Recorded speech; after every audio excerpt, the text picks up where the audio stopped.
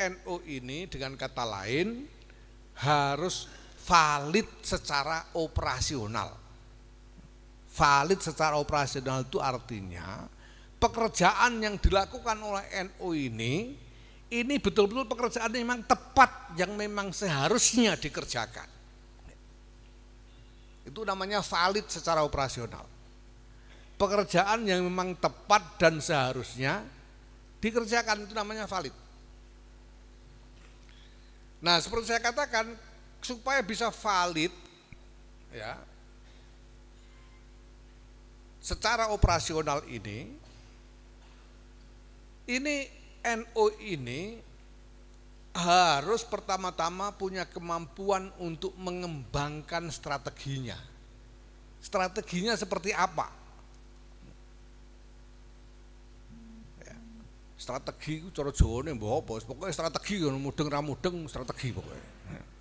Harus mampu mengembangkan strategi yang sistematis ke arah pembangunan peradaban ini. Lah untuk bisa membangun strategi yang sistematis, yang jelas harus valid juga strateginya, tidak boleh ngawur. Ini harus strategi yang tepat juga, yang valid juga. Itu dibutuhkan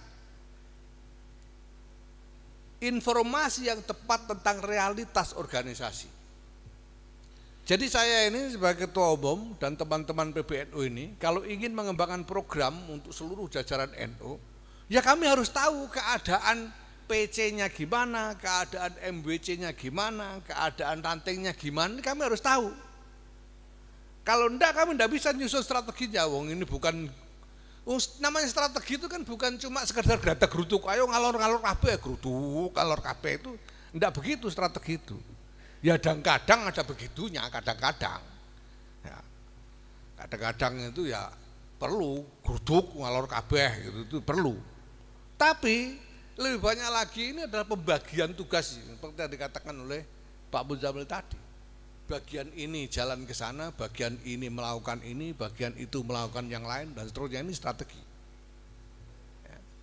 Maka kami harus tahu keadaan semua yang di bawah ini. Nah, itulah sebabnya kita harus punya NU ini juga sebagai organisasi harus valid secara legal. Harus valid secara legal. Artinya apa? Setiap unit organisasi ini harus memang secara hukum bisa dipertanggungjawabkan. Proses pembentukannya, mekanismenya,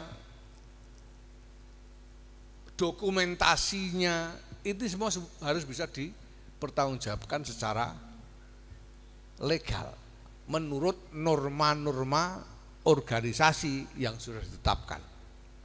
Oke. Nah, itulah sebabnya kemudian PBNU bikin agenda verifikasi dan validasi. Agenda verifikasi dan validasi itu bukan untuk nyoreti orang, itu bukan gitu.